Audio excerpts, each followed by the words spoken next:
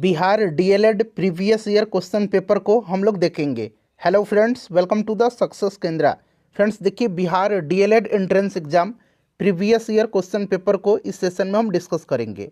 देखिए friends, Bihar DElEd entrance exam 2026 के लिए ये बिहार डीएलएड का प्रीवियस ईयर का क्वेश्चन पेपर है और बिहार डीएलएड एंट्रेंस एग्जाम 2026 में प्रीवियस ईयर के क्वेश्चन पेपर से ढेर सारे प्रश्न रिपीट भी होंगे।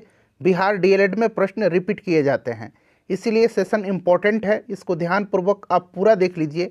और देखिए फ्रेंड्स, इससे पहले मैंने आपको 12 से 13 बिहार डीएलएड का प्रीवियस ईयर का पेपर कराया हुआ है, तो जिन्होंने नहीं देखा है जाकर के देख लीजिएगा। लिंक आपको डिस्क्रिप्शन बॉक्स में मिल जाएगा, या फिर आप सर्च कर लीजिए Bihar DElEd entrance exam previous year question paper success Kendra. Friends, channel पर अगर आप पहली बार आए हुए हैं तो चैनल को सब्सक्राइब कर लीजिए और जो बगल में बेल आइकन है, घंटी का निशान है, उसको भी जरूर दबा लीजिए, ताकि जब भी बिहार डीएलएड एंट्रेंस एग्जाम 2026 से संबंधित कोई भी इम्पोर्टेंट वीडियो अपलोड किया जाए तो उसका नोटिफिकेशन सबसे पहले आपके पास पहुंच जाए। तो चलिए फ्रेंड्स, बिना देरी किए हुए सेशन स्टार्ट करते हैं। एक बार सभी लोग प्लीज़ पहले सेशन को लाइक कर दीजिए और जब इसको कंप्लीट देख लीजिएगा, पूरा देख लीजिएगा, तो कम से कम इसको एक ग्रुप में फ्रेंड्स ज़रूर ही शेयर कर दीजिएगा। तो चलिए अब हम लोग स्टार्ट करते हैं आज का सेशन। तो फ्रेंड्स देखिए, ध्यान दीजिए, जैसे मैंने आपको बताया है कि आज हम लोग Bihar DElEd entrance exam previous year question paper को डिस्कस करेंगे। और सबसे पहले हम लोग विज्ञान यानी कि साइंस के क्वेश्चन को कवर करेंगे। चलिए सब लोग प्रश्न पढ़िएगा। पूछा जा रहा है प्रश्न में कि एक पारा यानी कि मरकरी भी पारा को कहा जाता है, इसको ध्यान रखिएगा। एक पारा बैरोमीटर में यदि मरकरी युक्त ट्यूब को उठा लिया जाए तो क्या होगा। अगर आप आंसर जानते हैं तो आंसर कमेंट करते चलिएगा, इससे आपका रिवीजन भी होते चलेगा। और जो भी मैं आपको एक्सप्लेन करके बता रहा हूं उसको भी आप ध्यानपूर्वक सुनते चलिए। इस तरह से एक प्रश्न के साथ साथ आपके 2 से 3 प्रश्न जो है कवर होते चलेंगे। अब देखिए, सबसे पहले तो आपसे प्रश्न पूछा जाता है कि वायु दाब किस यंत्र से मापा जाता है। तो वायु दाब मापा जाता है बैरोमीटर से, ठीक है ना, इस चीज़ को आप ध्यान रखिएगा। और एक और प्रश्न बैरोमीटर से संबंधित पूछा जाता है कि जब बैरोमीटर के पाठ्यांक में अचानक गिरावट आता है तो यह किसका संकेत होता है। तो अचानक गिरावट जो है यह भयंकर तूफान का संकेत होता है, इसे भी आप ध्यान रखिएगा। चलिए आते हैं प्रश्न पर। पूछा गया है कि एक पारा बैरोमीटर में यदि मरकरी युक्त ट्यूब को उठा लिया जाए तो क्या होगा। तो देखिए, पारा स्तंभ की ऊर्ध्वाधर ऊंचाई घट जाती है इससे। तो यहाँ पर करेक्ट आंसर हो जाएगा पारा स्तंभ की ऊर्ध्वाधर ऊंचाई घटेगा यदि मरकरी ट्यूब को उठा लिया जाए तो, ठीक है। चलिए अगला प्रश्न करिएगा कि स्पेक्ट्रम प्राप्त करने के लिए किसका उपयोग होता है। बताइए फ्रेंड्स, राइट आंसर क्या हो जाएगा इसका। और देखिए, इसको आप एक टेस्ट के तौर पर लगाइए। ऐसा समझिए कि आप एग्जामिनेशन हॉल में बैठे हुए हैं और बिहार डीएलएड एंट्रेंस एग्जाम 2026 की परीक्षा दे रहे हैं, और ईमानदारी पूर्वक आप सभी लोग अपना अपना स्कोर जो है ज़रूर कमेंट करके बताइएगा। तो देखिए, अगर हम बात करते हैं स्पेक्ट्रम प्राप्त करने के लिए किसका प्रयोग किया जाता है, तो फ्रेंड्स ये प्रिज्म का। आपने पढ़ा भी होगा कि जब प्रिज्म से श्वेत प्रकाश को गुजारा जाता है तो ये 7 रंगों में विभाजित हो जाता है। कितने रंगों में? 7 रंगों में विभाजित हो जाता है। इस चीज़ को आप ध्यान रखिएगा, ठीक है ना। चलिए नेक्स्ट क्वेश्चन है कि कोशिका का आयतन बढ़ जाता है यदि वाह्य विलयन हो। अब देखिए, ये प्रश्न आपको बार बार मिल रहा होगा क्योंकि ये प्रश्न बार बार सभी शिफ्ट में जो है प्रीवियस ईयर में पूछा गया है, इसीलिए प्रश्न आपको मिल रहा है। तो देखिए, सबसे पहले कोशिका की बात करते हैं। तो कोशिका की खोज किसने किया था? तो रॉबर्ट हुक ने किया था। अच्छा, इन्होंने मृत कोशिका की खोज किया था। आपसे पूछा जाएगा कि जीवित कोशिका की खोज किसने किया था, तो याद रखिएगा जीवित कोशिका की खोज लीवेनहॉक ने किया था। क्लियर। और कोशिका का आयतन बढ़ जाता है यदि बाह्य विलयन हो। तो देखिए, जब कोशिका यानी कि सेल का बाह्य विलयन हाइपरटोनिक विलयन होता है तब जल जो है कोशिका की झिल्ली में पहुंचता है और कोशिका के आयतन को बढ़ा देता है। तो कैसा ये आपका विलयन होगा? हाइपोटोनिक, ठीक है ना। तो यहाँ पर हाइपोटोनिक हो जाएगा करेक्ट आंसर। चलिए नेक्स्ट क्वेश्चन है, और ढेर सारे मैंने आपको Bihar DElEd previous year question paper कराया हुआ है, तो जिन्होंने नहीं देखा है सर्च कर लीजिए, आपको Bihar DElEd previous year question paper success केंद्रा आपको मिल जाएंगे। प्रीवियस ईयर से बिहार डीएलएड एंट्रेंस एग्जाम में प्रश्न रिपीट भी होते हैं। देखिए, प्रोकैरियोटिक जीनोम में होता है, आपने पढ़ा होगा प्रोकैरियोटिक, और एक आपने पढ़ा होगा यूकैरियोटिक। यूकैरियोटिक यूकैरियोटिक, ठीक है ना। तो देखिए आपने यूकैरियोटिक भी पढ़ा है और प्रोकैरियोटिक भी पढ़ा है। तो यूकैरियोटिक कोशिका जो होती है उसके विपरीत प्रोकैरियोटिक कोशिका में जीनोम जो है, जीनोम में बिना हिस्टोन प्रोटीन का डीएनए मौजूद होता है। तो बिना हिस्टोन प्रोटीन के डीएनए, तो यहाँ पर ऑप्शन ए हो जाएगा हिस्टोन के बिना डीएनए, ठीक है, इसको आप ध्यान रखिएगा। चलिए उसके बाद देखिए निम्नलिखित में से कौन मानव का उद्भव स्थान है। मानव का उद्भव स्थान किसको माना जाता है? तो फ्रेंड्स ये माना जाता है अफ्रीका को। मानव का उद्भव अफ्रीका में हुआ और आधुनिक मानव स्पीसीज होमोसेपियंस के सर्वप्रथम जो है प्राचीनतम सदस्यों को यहीं पर खोजा गया था। तो यहाँ पर अफ्रीका, ठीक है ना, यहाँ पर option number A right answer हो जाएगा। चलिए उसके बाद नेक्स्ट क्वेश्चन है कि वर्गीकरण के अधिक वैज्ञानिक आधार का प्रयोग करने वाला पहला व्यक्ति कौन था? वर्गीकरण, ठीक है ना। तो देखिए वर्गीकरण की बात करते हैं तो वर्गीकरण के अधिक वैज्ञानिक आधार पर प्रयास करने वाला जो पहला व्यक्ति थे ये आपके अरस्तु थे, यूनानी वैज्ञानिक अरस्तु थे। क्लियर? तो यहाँ पर देखिए अरस्तु करेक्ट आंसर हो जाएगा, ठीक है। और इन्होंने 5 जगत वर्गीकरण का सिद्धांत दिया हुआ है आर.एच. व्हिटेकर ने, ध्यान रखिएगा। और कैरोलस लिनियस को जो है आधुनिक वर्गीकरण का पिता कहा जाता है। ये भी पॉइंट आप ध्यान रखेंगे, ठीक है।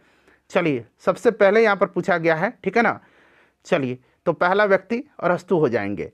उसके बाद देखिए 1 मीटर के स्केल पर 0 तथा 2 एम्पियर के बीच 20 विभाग हैं। इसका जो अल्पतमांक है वो क्या होगा?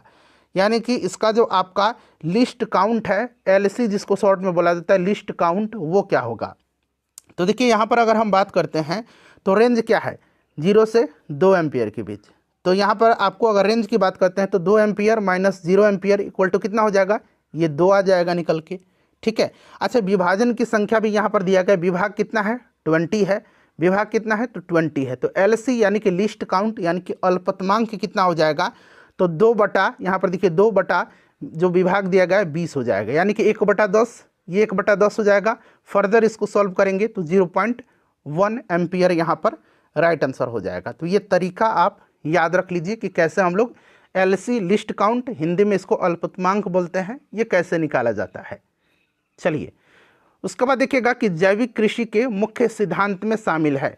जैविक कृषि के मुख्य सिद्धांत में इसमें से कौन कौन सा शामिल है? तो देखिए इसमें फसल चक्र, मिश्रित कृषि तथा कार्बनिक चक्र, ये जैविक कृषि के मुख्य सिद्धांत में शामिल हैं। तो उपरोक्त तो सभी यहाँ पर करेक्ट आंसर हो जाएगा। जैविक फार्मिंग जो है जैविक कृषि, इसमें रासायनिक उर्वरक और कीटनाशकों का उपयोग नहीं किया जाता है, इस चीज़ को आप ध्यान रखिएगा।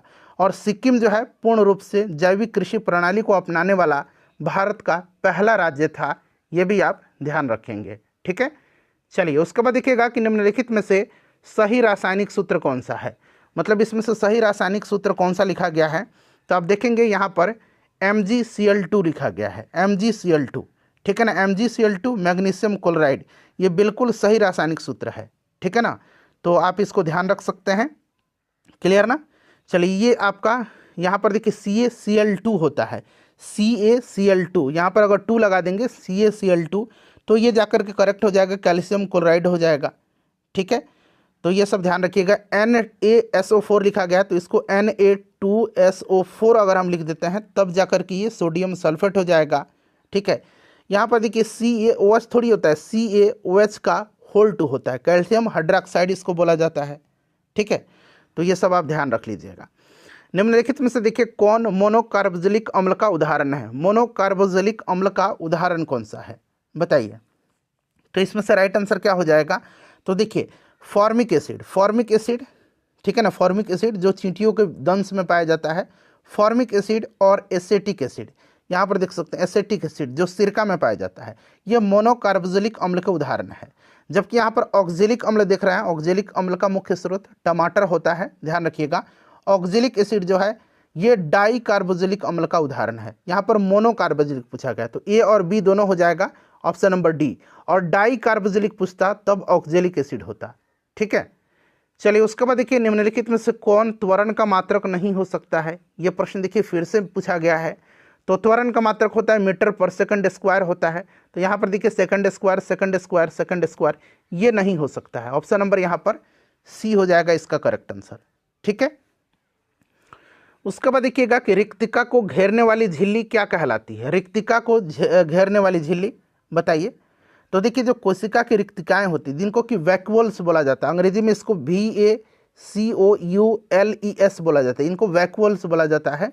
कोशिका की रिक्तिकाएं चारों ओर से एक झिल्ली के द्वारा घिरी होती है, उसको क्या बोला जाता है, उसको टोनोप्लास्ट बोला जाता है। यहाँ पर देखिए टोनोप्लास्ट इसको बोला जाता है। ठीक है, देखिए फ्रेंड्स, आगे बढ़ने से पहले हम बात करेंगे बिहार DLED एंट्रेंस एग्जाम 2026 की बेस्ट बुक के बारे में, जो कि चक्षु पब्लिकेशन का है।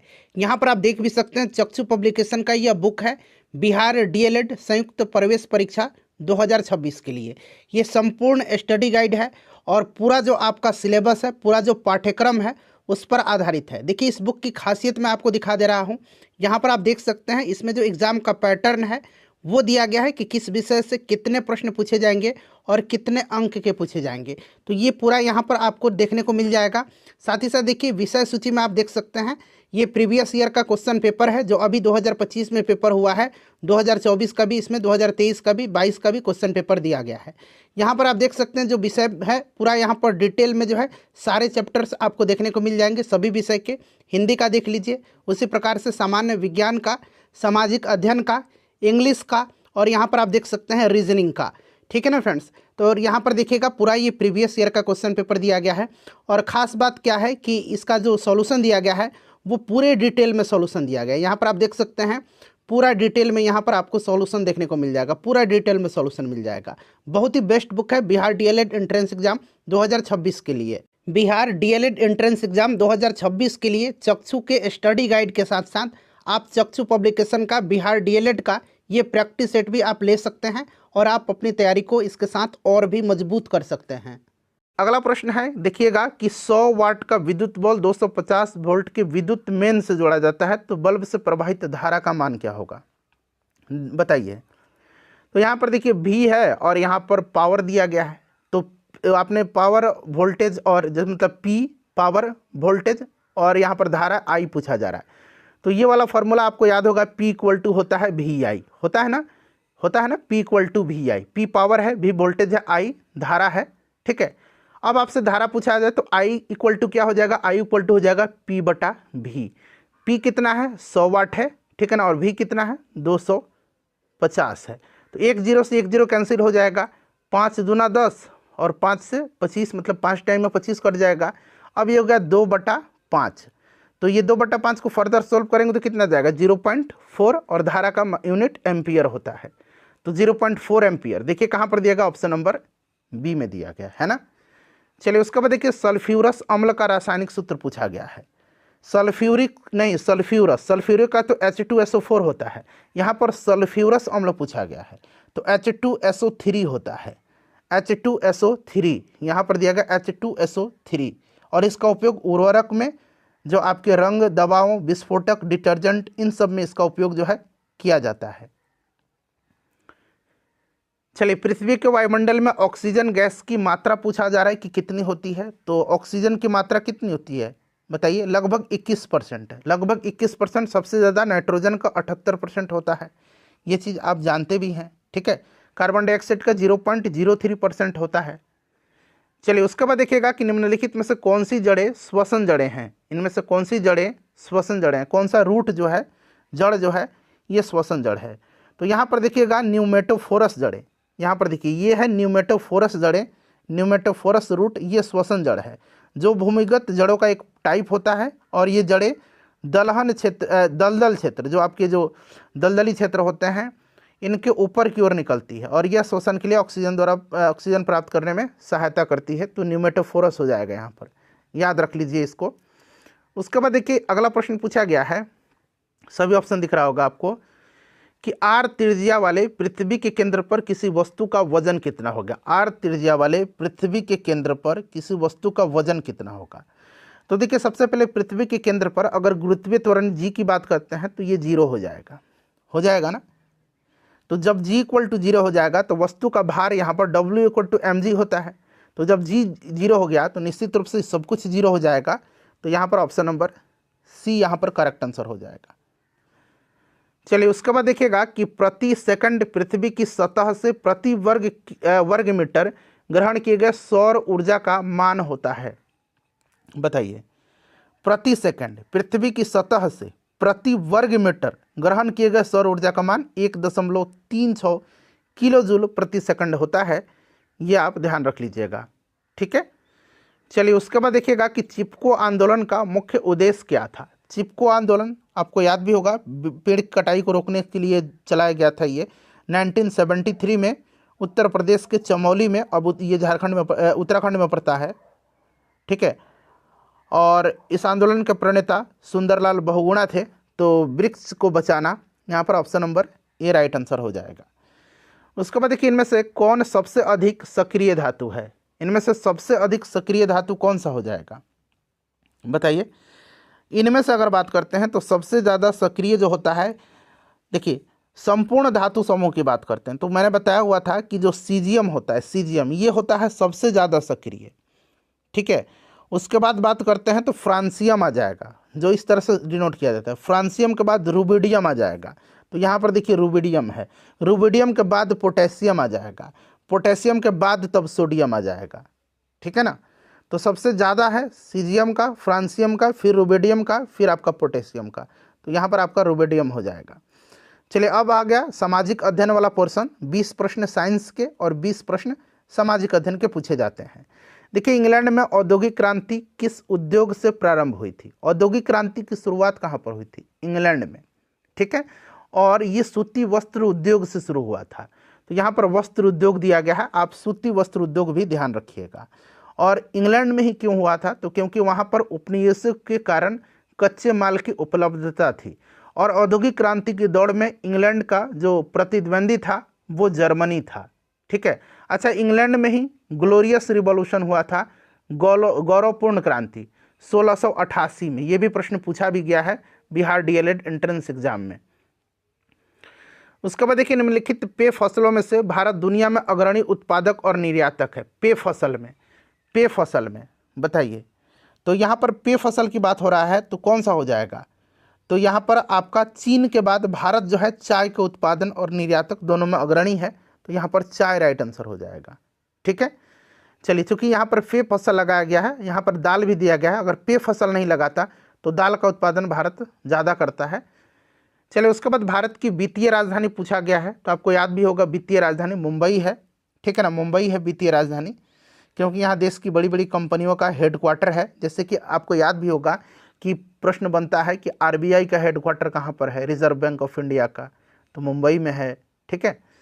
देखिए भारत की सबसे बड़ी जनजाति कौन सी है, सबसे बड़ी जो जनजाति है, तो देखिए अगर हम बात करते हैं 2011 की जनगणना के अनुसार तो ये आपकी भील सबसे बड़ी जनजाति है। 2011 की जनगणना मैं बता रहा हूँ उसके आधारित, ठीक है। उसके बाद देखिए भोपाल जो गैस त्रासदी हुआ था उसमें किस गैस का रिसाव हुआ था। देखिए ये भी प्रश्न रिपीटेड है। तो ये घटना 1984 की है, 1984 की, ठीक है ना। और ये हुआ था मिथाइल आइसोसाइनाइट नामक जहरीली गैस के रिसाव के कारण, ठीक है। तो इसको आप ध्यान रखिएगा। यूनियन कार्बाइड नामक कंपनी थी, तो यहाँ पर मिथाइल आइसोसाइनाइट हो जाएगा। उसके बाद देखिए समुद्री मार्ग से विश्व का परिभ्रमण करने वाला सबसे पहला व्यक्ति कौन है। समुद्री मार्ग से विश्व का परिभ्रमण सबसे पहले किसने किया था, तो मैंने बताया था आपको समुद्र के मार्ग से संपूर्ण विश्व का चक्कर लगाने वाला पहला व्यक्ति मैगलन था। अच्छा, वास्को डिगामा भारत के समुद्री मार्ग की खोज किया था कब, तो 1498 में। ये आपका कालीकट पहुंचा था 1498 में वास्को डिगामा। और वहाँ का राजा था जमोरिन, जिसने इसका स्वागत किया था, जमोरिन ने स्वागत किया था। देखिए नेक्स्ट क्वेश्चन है कि गिउसेप मेज़नी ने गुप्त भूमिगत यंग इटली, ठीक है ना, नामक जो समाज है इसकी स्थापना कब किया था। यंग इटली या यंग यूरोप कहिए, तो ये कब किया था, तो फ्रेंड्स ये किया था 1831 में। 1831 में बर्न में, ठीक है ना, बर्न में किया था, याद रखिएगा 1831 में। चलिए उसके बाद देखिएगा कि भारत में वन्यजीव संरक्षण अधिनियम कब से लागू हुआ। वीवीआई क्वेश्चन है, वन्यजीव संरक्षण अधिनियम। तो फ्रेंड्स ये आपका कब से, 1972 में, ठीक है ना। 1972 में वन्यजीव संरक्षण और पर्यावरण संरक्षण अधिनियम 1986 में। दोनों याद रखिएगा। वन्य जीव संरक्षण 1972, पर्यावरण संरक्षण 1986। प्रोजेक्ट टाइगर की शुरुआत हुई थी 1973 में। ठीक है। जयप्रकाश नारायण अंतर्राष्ट्रीय हवाई अड्डा बिहार के किस शहर में है? तो फ्रेंड्स लोकनायक जयप्रकाश नारायण अंतर्राष्ट्रीय हवाई अड्डा ये बिहार की राजधानी पटना में है। ठीक है ना। तो यहाँ पर देखिए पटना करेक्ट आंसर हो जाएगा। नेक्स्ट क्वेश्चन है कि इनमें से कौन जो है लोकतंत्र को मजबूती प्रदान नहीं करता है? लोकतंत्र को मजबूती प्रदान नहीं करता है। तो विविधता में एकता बिल्कुल लोकतंत्र को ये मजबूत करता है। सर्वधर्म समभाव ये भी जो है आपको लोकतंत्र को मजबूती प्रदान करता है। विविधताओं में सामंजस्य का अभाव और संघर्ष, विविधताओं का राजनीतिक पर प्रभाव, कौन सा इसमें से हो जाएगा? ठीक है ना, बताइए तो थोड़ा सा। तो देखिए विविधताओं में सामंजस्य का अभाव और संघर्ष ये लोकतंत्र को मजबूती प्रदान नहीं करता है। ठीक है ना, बाकी ये सब मजबूती प्रदान करते हैं। नेक्स्ट हमारा है कि मुद्रण की तकनीकी सबसे पहले कौन से 3 देशों में आई? मुद्रण प्रिंटिंग की बात हो रही है, तो सबसे पहले यहाँ पर बात करते हैं तो चीन, जापान और कोरिया, इन्हीं 3 देशों में आई। ठीक है ना। तो यहाँ पर देखिए चीन, जापान और कोरिया। उसके बाद देखिए विविध खेती क्या है? विविध खेती क्या है? तो विविध खेती जो है ना एक प्रकार की ये बहु प्रकार की खेती होती है। खेती का एक टाइप है ये, जैसे मैंने आपको बताया है। और खेतों में 5 प्रकार जो है, खेती के 5 प्रकार हैं। एक विशिष्ट है, मिश्रित है, शुष्क है, बहुप्रकाशीय है और रैचिंग खेती है। तो ये आपका खेती का एक प्रकार है। ठीक है ना। तो यहाँ पर ऑप्शन नंबर क्या हो जाएगा? यही राइट आंसर होना चाहिए ना। तो ऑप्शन नंबर यहाँ पर आपका ये करेक्ट आंसर हो जाएगा। ठीक है। चलिए उसके बाद देखिएगा कि भारत में पहला जल विद्युत संयंत्र कहाँ लगाया गया था? तो पहला जल विद्युत संयंत्र जो है ये 1897 में पश्चिम बंगाल के दार्जिलिंग में लगाया गया था। नेक्स्ट है कि भारतीय संविधान की किस धारा के अंतर्गत आदिवासियों को कमजोर वर्ग का स्थान दिया गया है? तो आपने अनुच्छेद 342 पढ़ा होगा। ठीक है ना। 342 के अंतर्गत आदिवासियों को कमजोर वर्ग का स्थान दिया गया है। अच्छा, भाखड़ा नांगल परियोजना पूछा गया है कि किस नदी पर है? तो भाखड़ा नांगल है सतलुज नदी पर। ठीक है ना। अच्छा, हीराकुंड बांध किस नदी पर है? महानदी पर है।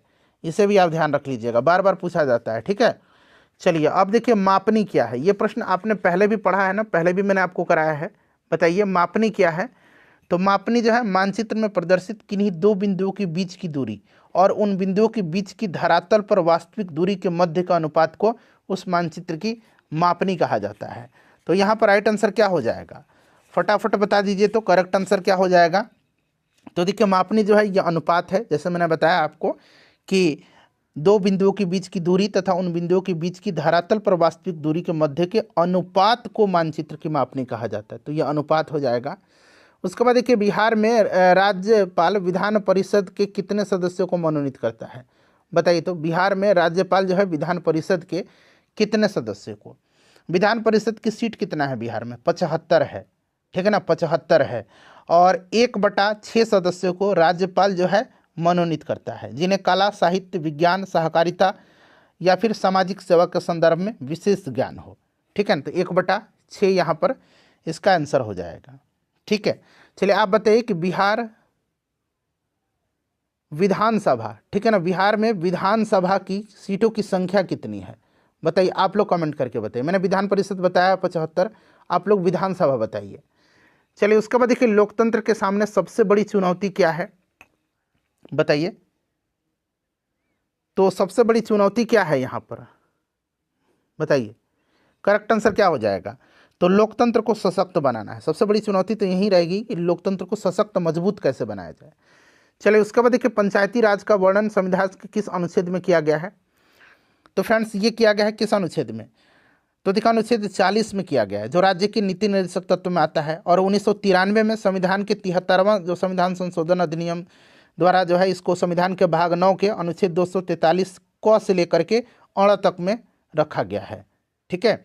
11वीं अनुसूची में आपको याद भी होगा। ठीक है ना। तो यहाँ पर 40 हो जाएगा, अनुच्छेद 40। उसके बाद देखिएगा कि निम्नलिखित में से देखिए खनिज निम्नलिखित में से किस चट्टान के स्तरों में संग्रहित और जमा होते हैं? तो खनिज जो होते हैं ये आपके किस चट्टान में? तो तलछटी चट्टान में। किस में?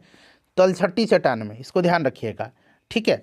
चलिए अपना स्कोर आप लोग बताइएगा इन 40 प्रश्नों में, और सेशन को लाइक कर दीजिए और एक ग्रुप में फ्रेंड्स इसको शेयर कर दीजिए।